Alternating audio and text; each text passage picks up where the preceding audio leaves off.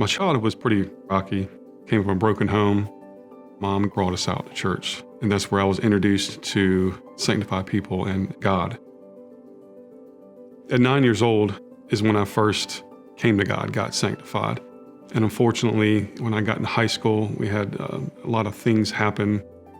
My mom got divorced from my stepfather. We were in just a kind of an awful way. We lost our house. We were living in a van and different things. And then I started to get sidetracked and started to value material things because I believed if I attained those, then I would be accepted. Then I would have status. Thought that that brought value. Didn't complete high school, got out of high school, started working.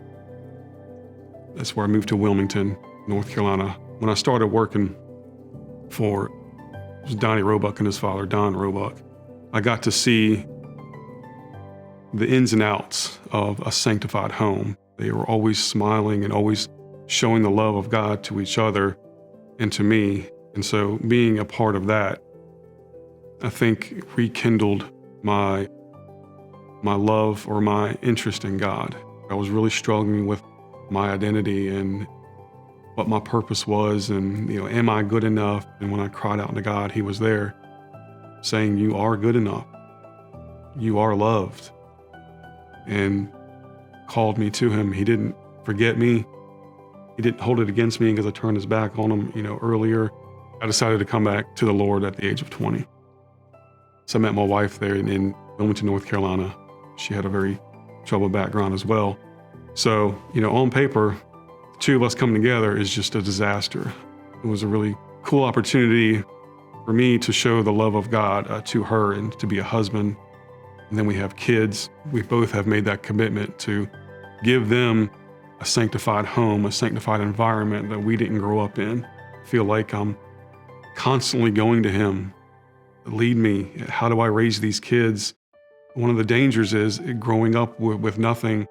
We want to overcompensate for that and give them the things that I didn't have, but I feel like He just constantly refocuses me on what is important and then as a relationship with Him, and nothing else matters.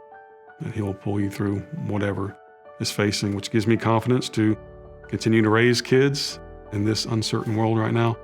The next time that I face a Goliath, that we can be like David and said that He delivered me from the paw of the lion and the mouth of the bear. So I know that this giant will be the same way.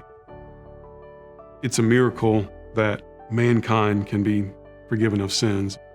It's a beautiful thing, but just as important, maybe if not more important, is the indwelling of the Holy Spirit that can give you direct access to the Creator of everything, Creator of the world, God of the universe. We are so small in His sight, yet He is so concerned about us, knowing that I can go to Him with different things, that He genuinely cares about my well-being with no motivation whatsoever. There's nothing that I can give Him that He doesn't already have.